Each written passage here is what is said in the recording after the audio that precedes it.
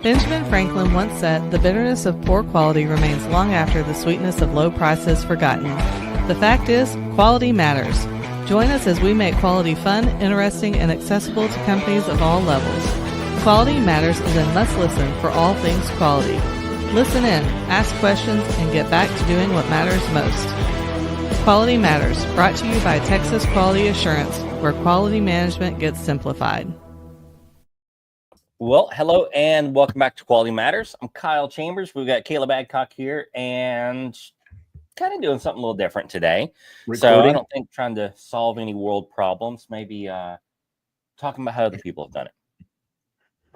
I just made a joke, Kyle. You said What'd we're you going to say? do something different today. I said record. Oh, Hit the record button. I did hit the record button. Man, it's been a while since we've done this too. We've not been real good about getting these recorded regular, but it's tough. It is. So, well, what you got for us today? Well, we have apparently never talked about lean. Not much on it. Yeah, I mean, I've always kind of viewed lean as like it's fairly common sense to somebody who's like pretty organized or analytical, that kind of thing. But I mean, you can get into the weeds and really, really think about some stuff where you could be more efficient and that kind of thing. So yeah, I thought that'd be clear. This is not Lean Six Sigma. I hate that pairing. These are two different ideologies, two different everything, but they love to get smashed together. Kind of like a peanut butter and bacon sandwich. Like, it just doesn't go together. Could, but a little weird. Yeah. All right. So I think everyone knows I have a slight distaste for Six Sigma, and I think the world's kind of proved out that it's a failed idea. I read, but I won't go into too much of that right now. But what you wanted to pull up were the 7 ways, and then my mind first went to the 6 S's, which is really the 5 S's, and then like, why are they S's? Yeah. Okay, I guess I'll get a start there. Here, let me pull up on the screen so I can see. Okay, so you said you were saying before the podcast your dad used to actually say these 6 S's, or was it something else? Yes. So my dad, when I was, I don't know, maybe 5th, 6th grade, got started in I can't even remember the term of the name of the department now. Production, something, whatever it is. He was with Halliburton, and they were doing a big Six Sigma implementation, and so they started sending him to all of these classes for this stuff. And oh my gosh, he would come home and he would talk in these Japanese terms, and I'm like, wow, okay, like I'm bad, but that was a little too much. Well, I mean, I guess he was listening pretty well then, right? No, he was. We sometimes worry about the training that we're doing for the employees and whether or not it's sinking in, and apparently that one was real effective, huh? Yeah. So, I'm not even gonna try to say the words because I don't know how they should be pronounced exactly. But the idea that the 5 S's is that this is how you control the 7 ways that they've defined. Okay, kind of makes sense. You got a problem, you got a way to solve them. Yeah. But when they translated it into English, they tried too hard to stick with the S sound, and so it doesn't always match. So like the first one is sort. Well, it really kind of means like remove what you don't need. So yeah, that's sort, but not 100% the most accurate term. Set in order.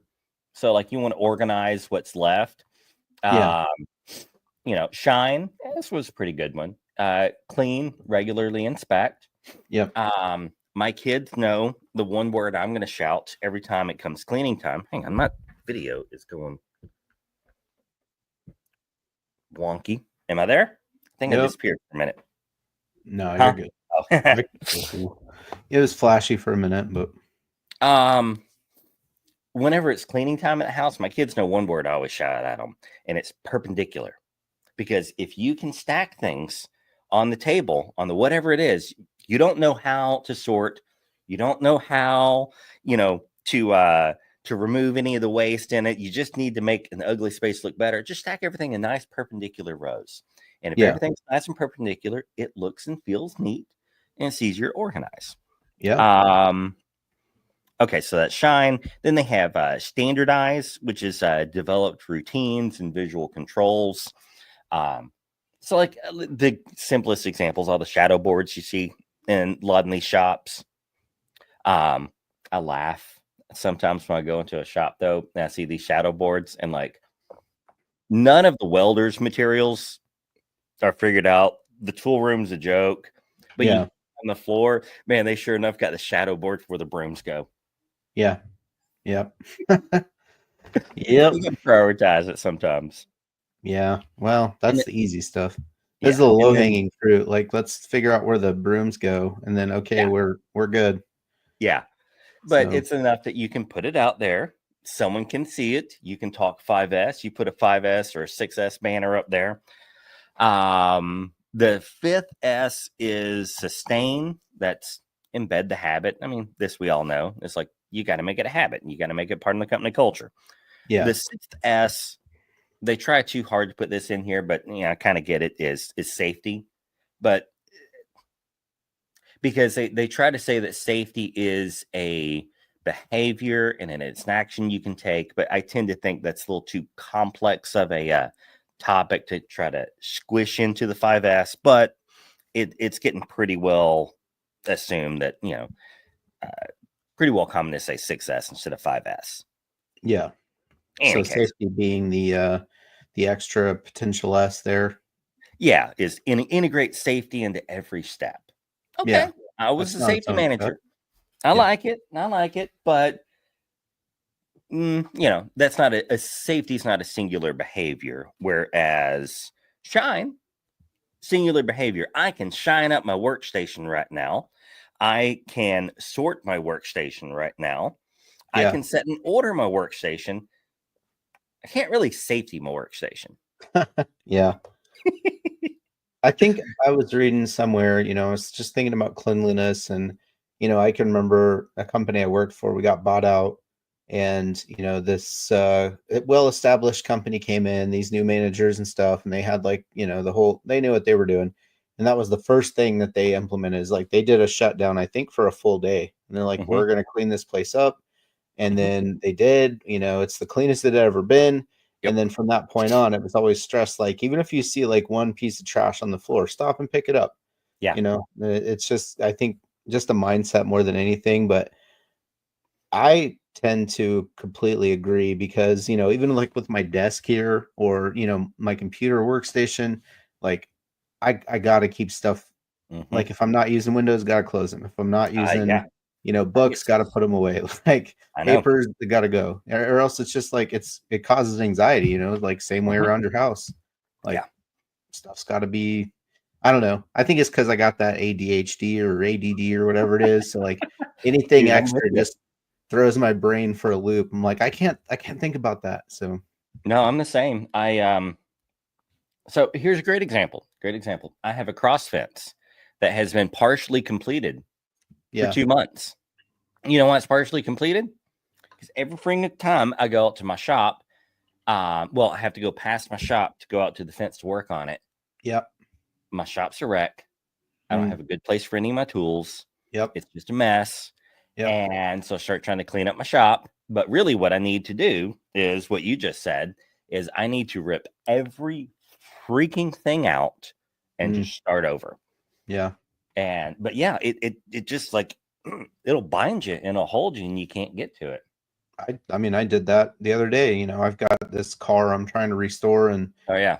like I got like a little bit of time, a week to work on it. And I went out there and I was like, all right, I got like an hour. I'm gonna go try and figure out what's going on with these like electrical gremlins. And that hour I spent cleaning up from the last foray into it, but it needed to be done. So the next time I go out there, I'll have a clean slate and stuff. So Yep.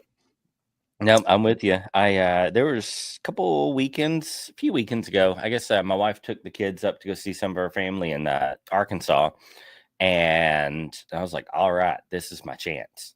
yeah, Dude, I cleaned like I have never cleaned before because, it's every time you talk to the kids about you need to straighten this, you need to keep this up. It's like when the whole place is like 70% a mess, do you really care that this one pin's not where it belongs? Are you really going to pick this up when you're walking through the living room and put it where it goes?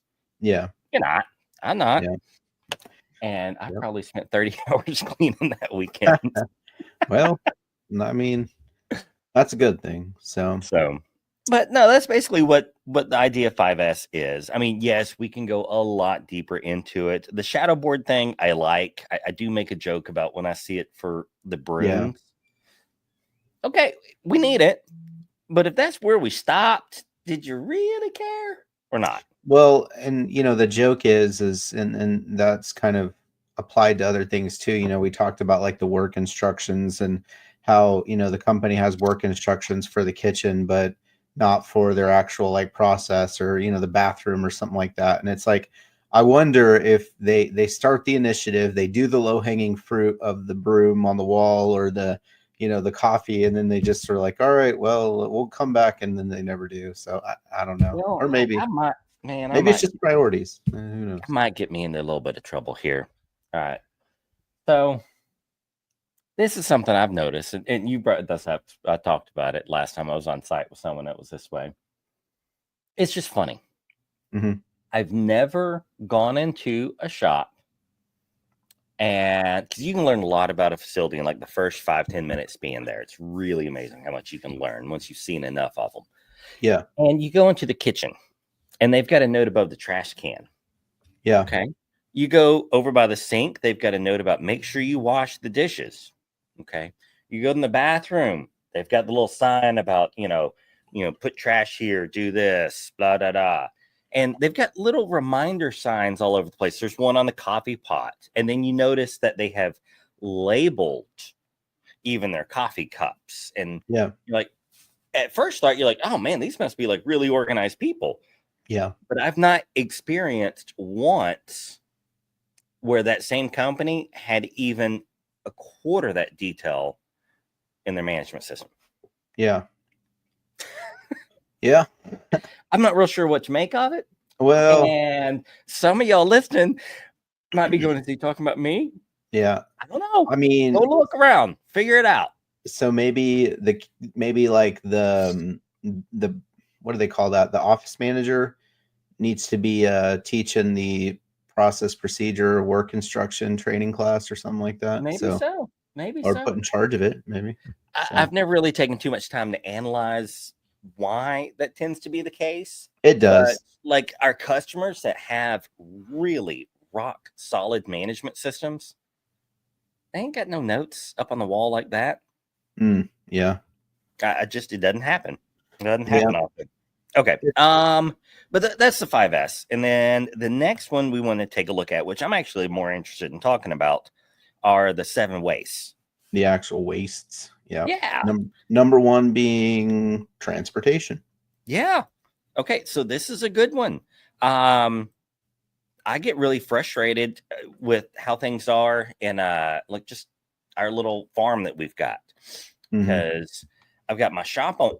Ideally, I want my shop right next to my barn. Yeah. That would be ideal. Maybe not right next to adjacent, but a 20, 30 yard walk at most. Yeah. I got like 100 yards between my shop and the barn. And so I still struggle with this because I'm kind of like, I almost want 2 sets of tools for things. So I can have a barn set of tools, I have a shop set of tools. Because that's a lot of wasted time going back and forth. Now, the transportation there is just me, but this could be the same type thing in your shop. Like, how many times does that part move back and forth and back and forth? How many miles does it go before it finishes its process? Yeah. Now, this is where the Six Sigma folks start getting excited. I'm like, cool. You may super optimize the manufacturing process for this one part. Yeah. How many other things did you screw up in the process? Yeah. Was the cost worth it to optimize it and to save on that transportation cost? Yeah. Yeah. I mean, I've talked before about, manufacturing facilities. You've got your material in the yard, and then you got to, you got to go send the forklift out to go get the material, to bring the material processing. Then, and it's like, okay, well, you want to make sure that your storage is near your material processing and that kind of thing. And, I just remember seeing just forklifts just doing circles around the shop, like around the outside of the shop. And at one point, I'm pretty sure they were doing it just to like not be just sitting there. But, it's like these anyway. But yeah, just No, I'm with you. you This stuff always hear happened.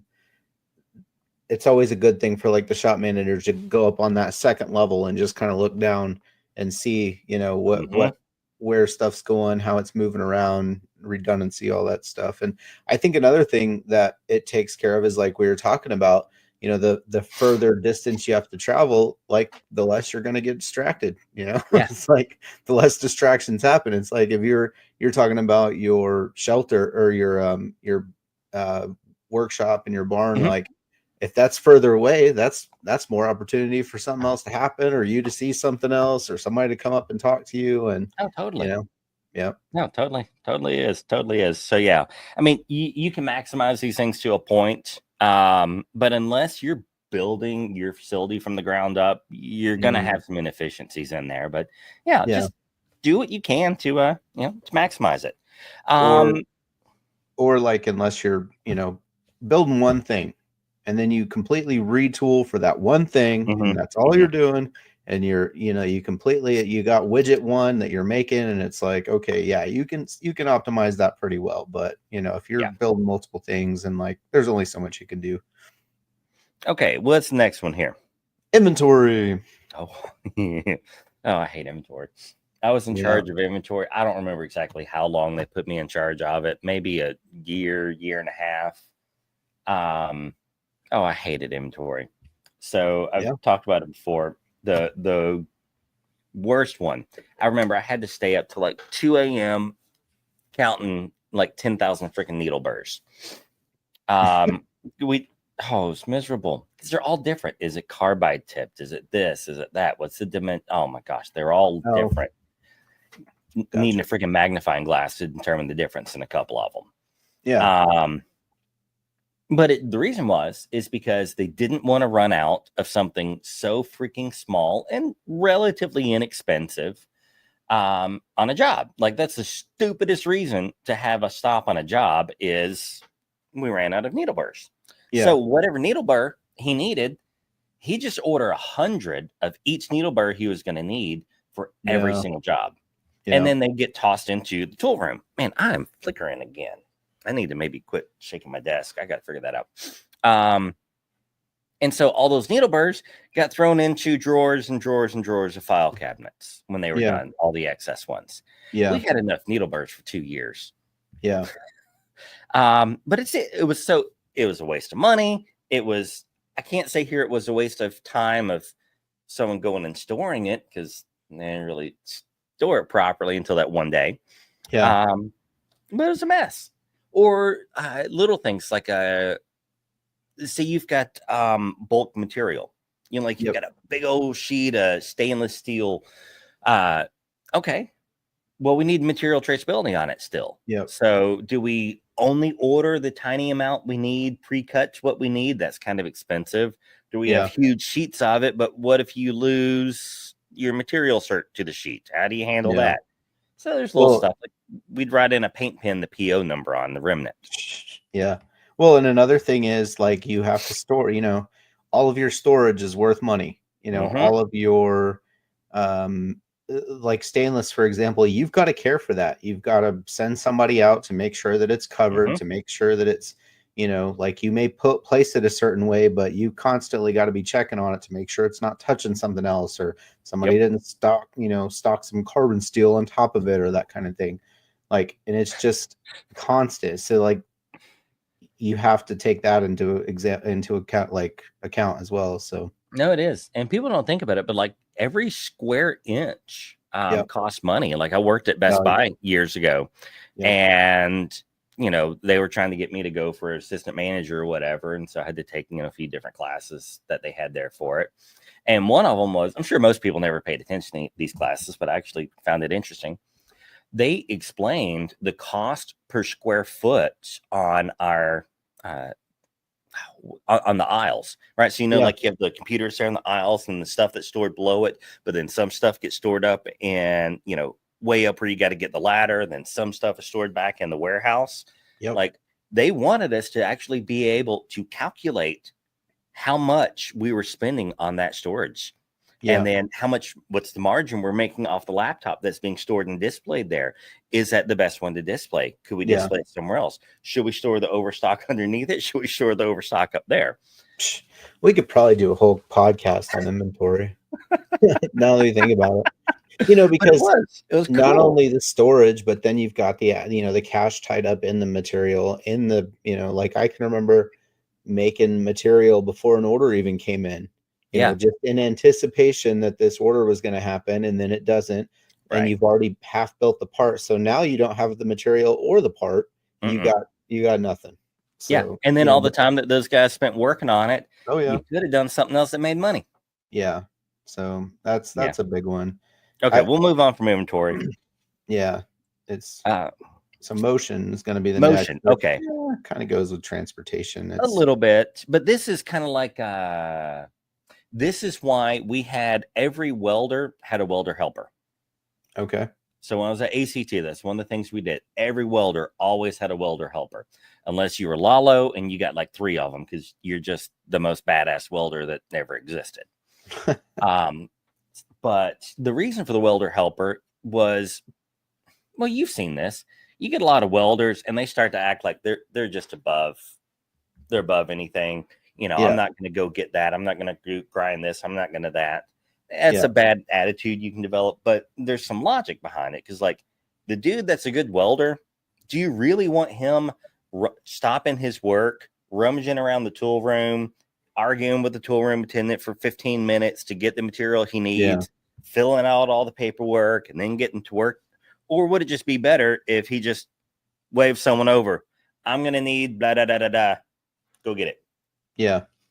Makes sense. Yeah. I mean, it's like an artist, you want them painting, not, going out and buying paint products. Like, or like how many times do you have to like refile the paper? I mean, okay. So we have one customer that prior to implementing TQA Cloud, they had this really involved approval process for their documents. And they had a whole form that they would fill out on it. And that's where the people would sign off that this document is approved. I mean, it's a decent system, but it was kind of useless once they had TQA Cloud because they could set up up to 4 required approvers on it. And you get effectively the same information. Yeah. They were doing both simultaneously for a long time. Yeah. Okay. So maybe that's not motion, but it's the same thing. Yeah. It's like, or little things like I keep a stapler right here next to my table. I've got 3 staplers in my little office because I don't want to have to get up from my desk to go get a stapler. I have a little bucket of pens and markers. I've got 3 desks in my one office here. I've got the desk for my podcast. I've got my main workstation desk. And then I've got another kind of paperwork desk. Yeah. And at all 3, I have staplers, pens, tape, notepads, everything. Yep. So. All right. Well, next we got waiting. So this is, idle time, machines or workflows or, all of the above. No, absolutely. So approvals. Yeah. We just talked about that. Yeah. That's idle time, Yeah. Yeah. I'm trying to think of an example here. Going a little blank for a minute, but okay. So just imagine that. Oh, yep. All right. So here we go. First time I went to go get crane and rigging inspection done. I didn't think much about this stuff. I was early 20s, tossed into safety. Cool. Let's go for it. Mid 20s, tossed into safety. Cool. Let's do it. Let's go for it. Yeah. And I ordered the crane and rigging inspection on like a Tuesday morning. Yeah. And we shut down all of the jib hoist. We shut down the big overhead and we're doing the big 4-hour inspection on the overhead. Yeah. Right in the middle of the day on a Tuesday. Yep. Did I think to inform anyone?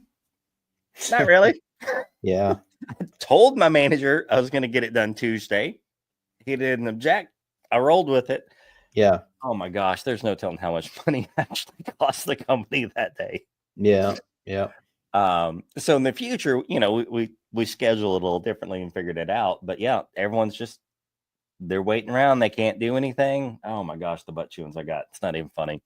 Yeah. And I mean, you say that, but it's like you said, you got a butt chewing, but it's like, had the process been planned with Correct. inspection test points and everybody would have been aware, like, hey, we've got this inspection coming up that Yep. has to, everything has to stop. Yeah. Then it would have been anticipated. But yeah. But no, this was the first time that this company was trying to do things right, and I was just a computer geek that got tossed into safety. Well, and I'm doing third-party inspections, and sure enough, I'd get there, and it was probably about 70-80% of the time they weren't ready. No. So then it would be like, all right, well, yeah, I guess you guys just pay me to sit here. Mhm. And there's stuff you can get started on, that kind of thing generally, but for the most part. And then one of the other things is like the production guys love to use the inspection as like a Yeah. press. So Mhm. they would do it early so that the guys would work faster, because then they'd say, well, the inspector's coming on Thursday, so and like, well, we don't have to have it done till Friday, so then they Yeah. push a little. But then I was the one sitting there waiting because they weren't done, because it didn't work, that kind of thing, or it was terribly done because they went too fast. Anyway, Yeah. older And this is also a good reason for maintaining, just equipment maintenance in general. This is where preventative maintenance comes into play. If Yeah. that piece of critical equipment is down for 2 days, Yep. that's a lot worse than if it was down for an hour every month. Yeah. Overproduction. Yeah. I don't know that I have I don't know how much I've actually dealt with overproduction, because most of my, hands-on type experience, or close to hands-on as I got, was with ACT. And fact is, they're pretty damn good about it. Yeah, no, in the places I've worked, the big example I've seen is that's the same thing, and I kind of mentioned earlier, it was overproduction. You would anticipate these orders, and it does tie into the inventory and that kind of thing, but like they actually started making parts before they would get the orders to come. Yeah. And I'm sure the root cause is they they wanted to keep the guys busy. They didn't have enough work, so then they're trying to work into the future, Yep. with trying to anticipate these orders. But I witnessed multiple times getting shot in the foot, and then you've got a half-built thing that you can't do anything with the material with. Well, okay, so here's one we didn't run into that too much, is I forgot about this. So the old owner of the company, he every time someone had a set of turbine components, blades, whatever it is, he'd buy them. He was always buying spare parts. Okay. And he had a whole warehouse of nothing but spare parts. Yeah. And so that's what would happen, is every time we were in a lull, we would go grab some of those spare parts, and we just go ahead and do an overhaul on those, get those Yeah. restored, and then send them back into storage. Because when those things were needed, especially if it's like a 50, 60-year-old part that no one has, Yeah. dude, they can sell those for their weight in gold.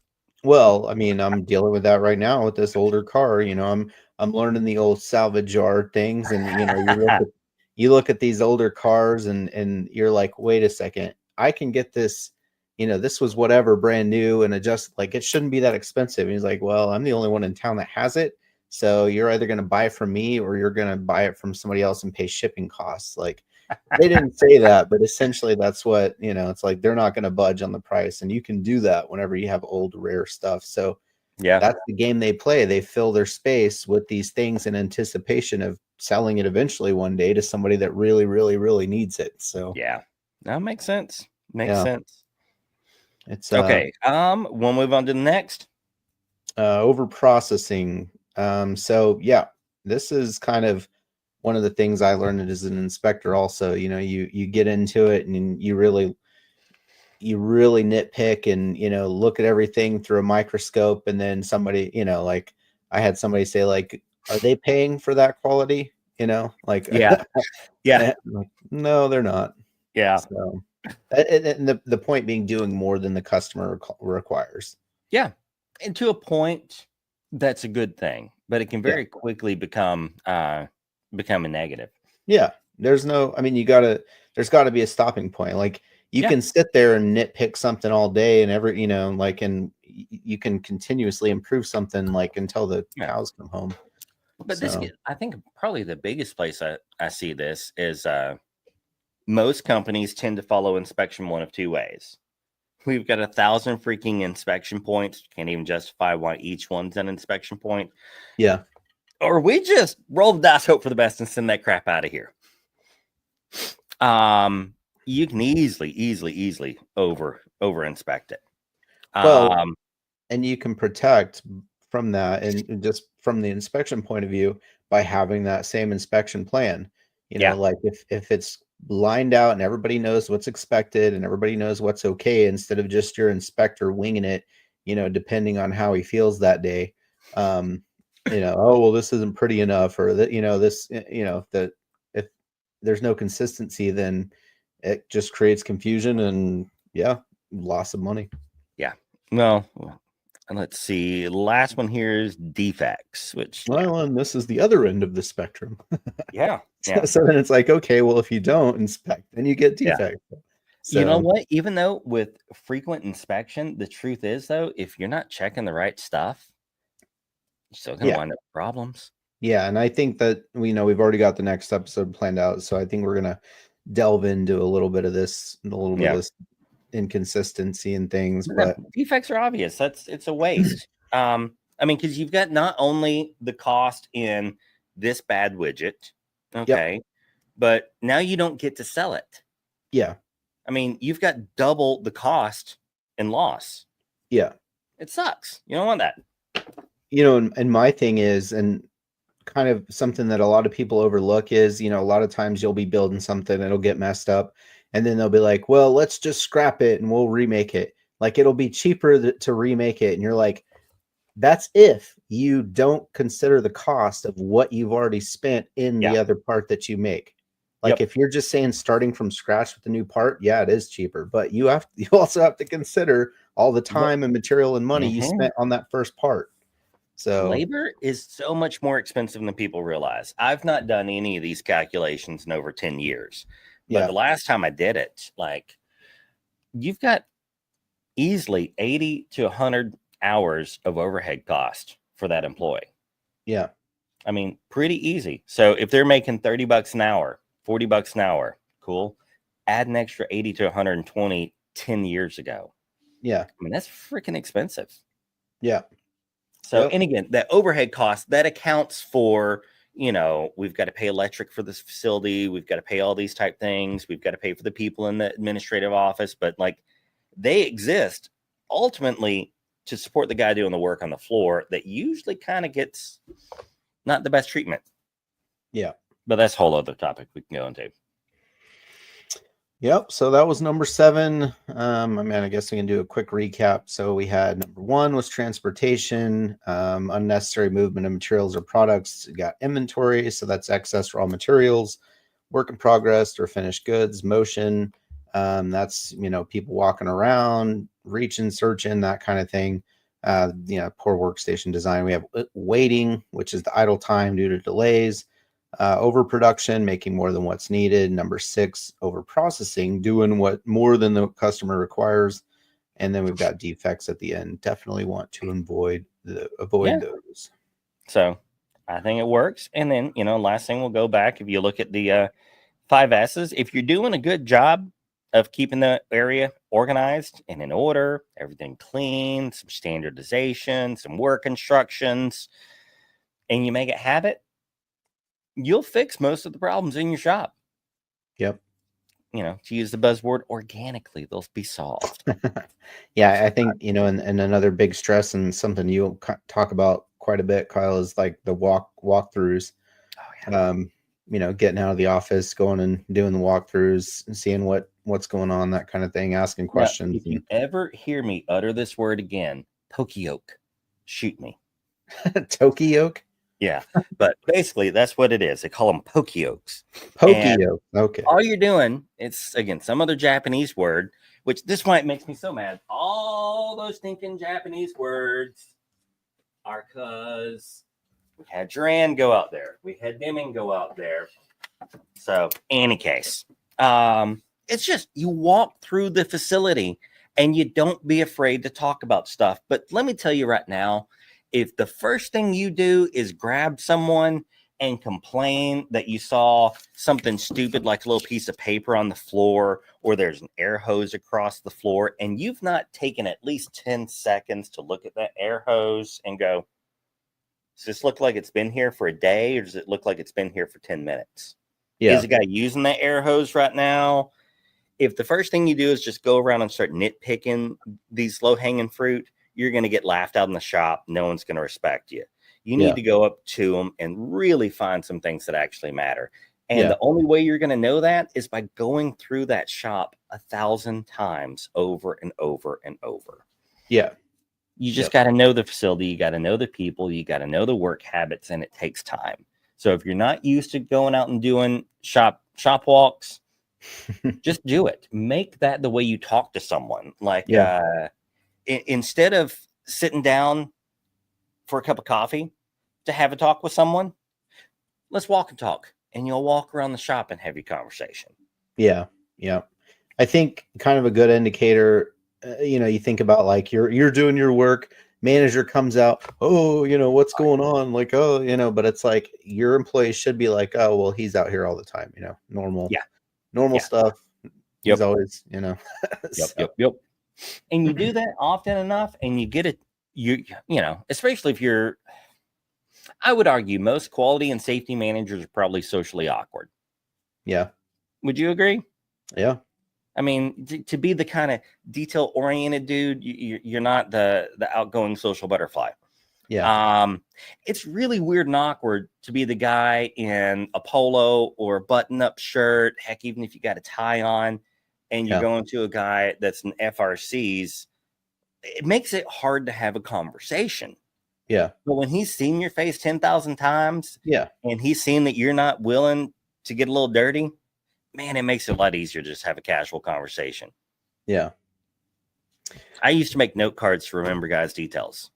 Yeah. I'd forget, where they were from, how many kids they had. I'd make note cards. Stupid, but I had to. Little things. But if you can do that, then you can do the rest of this. But I think you have to have the two components there. Otherwise, you're just the annoying guy in the shop. Yeah. Cool. Alrighty. All right. This is good. So, as always, please like, subscribe, share. I say it a lot. We're going to try real hard to keep these regular, but the actual work that we do day in and day out has to take priority. But we can probably do better getting these done. So, in any case, like, subscribe, share. Let us know what you think. We're always looking for new ideas. So, there's something kind of weird you've run into. Let me know. We want to talk about it. Y'all have a great day. And